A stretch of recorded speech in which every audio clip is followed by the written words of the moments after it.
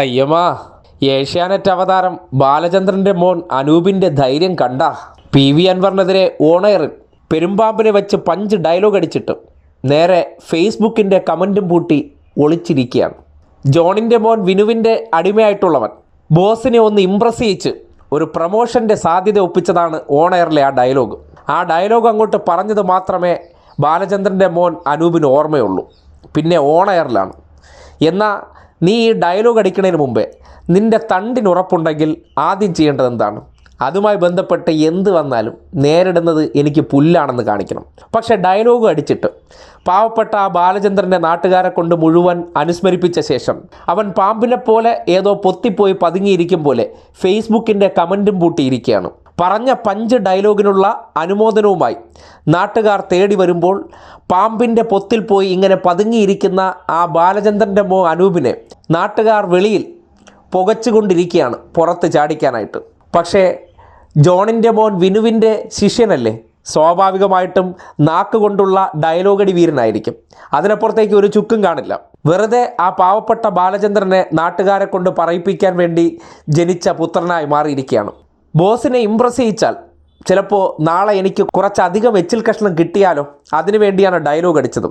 എന്നാൽ ഒരു വാചകം പറഞ്ഞാൽ അത് ഞാൻ നല്ല തണ്ടുറപ്പോടുകൂടി പറഞ്ഞത് തന്നെ അതുമായി ബന്ധപ്പെട്ട് എന്ത് വിഷയം വന്നാലും നേരിടുമെന്ന് കാണിക്കണം. പക്ഷേ അതിനുള്ള ഉറപ്പില്ല. അതിന് ഉറപ്പുണ്ടാകണമെന്നുണ്ടെങ്കിൽ നേരത്തെ പറഞ്ഞ പോലെ ബാലചന്ദ്രന് നല്ല ഉറപ്പുണ്ടായിരിക്കും. എന്നാലല്ലേ അതിൻ്റെ ഗുണം വിത്തായിട്ടുള്ള അനൂപിന് കാണത്തുള്ളൂ. അപ്പോൾ സ്വാഭാവികമായിട്ട് എന്ത് അനുമാനിക്കണം? കമൻറ്റ് ബോക്സും പൂട്ടി ഇരിക്കുന്നുണ്ടെങ്കിൽ അനുമോദനങ്ങൾ ഏറ്റുവാങ്ങാൻ പേടിയുണ്ട്, വല്ലാത്ത ധൈര്യക്കുറവ്, മുട്ടിടി വാട്ടർ സപ്ലൈ. ഇതൊക്കെയാണ് ഏഷ്യാനെറ്റിലെ സംഖ്യ മുതലാളിയുടെ എച്ചിൽ നിന്ന് വളരുന്ന അടിമുടി മാപ്രകളെല്ലാം അല്ലെങ്കിൽ അവതാരങ്ങളെല്ലാം. ആർക്കെതിരെ എന്ത് ഗീർവാണോ അടിച്ചു വിടും.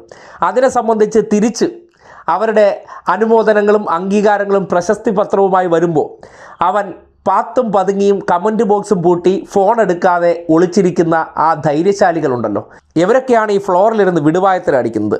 എന്നിട്ട് ഉദാത്ത മാധ്യമധർമ്മത്തിൻ്റെ ക്ലാസ് സാധാരണപ്പെട്ട ജനങ്ങൾക്ക് എടുത്തു കൊടുക്കും. ഒരു സ്റ്റുഡിയോ ഫ്ലോറിനകത്ത് ഇരുന്നു കൊണ്ട് അല്ലെങ്കിൽ ഒരു മാധ്യമ സ്ഥാപനത്തിനകത്തിരുന്നു കൊണ്ട് എന്ത് പറയണം എന്ത് പറഞ്ഞൂടാ എന്ന് തിരിച്ചറിവില്ലാത്ത ജാതി പ്രിവിലേജുകൾ കൊണ്ട് മാത്രം, അതായത് സവർണ ജാതിയിൽ ജനിച്ചതുകൊണ്ട് മാത്രം ജോലി കിട്ടിയവരാണ്, അല്ലാതെ കഴിവല്ല. പിന്നെ നല്ല പോലെ തീരുമാനം കൂടി അറിയാവുന്നുള്ളത് കൊണ്ടും മുതലാളിക്ക് വേണ്ടി ഏത് തരത്തിലും പണിയെടുക്കാൻ അറിയാവുന്നുള്ളത് കൊണ്ടും ഇവർക്ക് ആ സ്ഥാപനത്തിൽ ജോലി കിട്ടുന്നതാണ്. അല്ലെങ്കിൽ മറ്റു ഒരു യോഗ്യതയോ ഇല്ലാതെയാണ് ഇത്തരം ജോലികൾക്ക് ലഭിച്ചിരിക്കുന്നത്. ആ ജോലിക്കകത്ത് ഇരുന്നു കൊണ്ട് പരസ്പരം അങ്ങോട്ടും ഇങ്ങോട്ടും പരസ്പര സഹായ സംഘമായിട്ട് വായി തോന്നുന്നത് പറഞ്ഞിട്ട് അതിന് മറുപടി കേൾക്കാതെ മുങ്ങി നടന്നതിന് ശേഷം വീണ്ടും ഫ്ലോറിൽ പൊങ്ങി ഗീർവാണം കാച്ചുമ്പോൾ എല്ലാ കാലത്തും നാട്ടുകാർക്ക് ഇത് കേട്ടുകൊണ്ടിരിക്കാനുള്ള സഹിഷ്ണുത ഉണ്ടാകില്ല. ഏത് ബാലചന്ദ്രൻ്റെ മോനായിരുന്നാലും അല്ലെങ്കിൽ ഏത് ജോണിൻ്റെ മോനായിരുന്നാലും ഒരു കാലത്ത് അംഗീകാരങ്ങൾ തേടി വരും.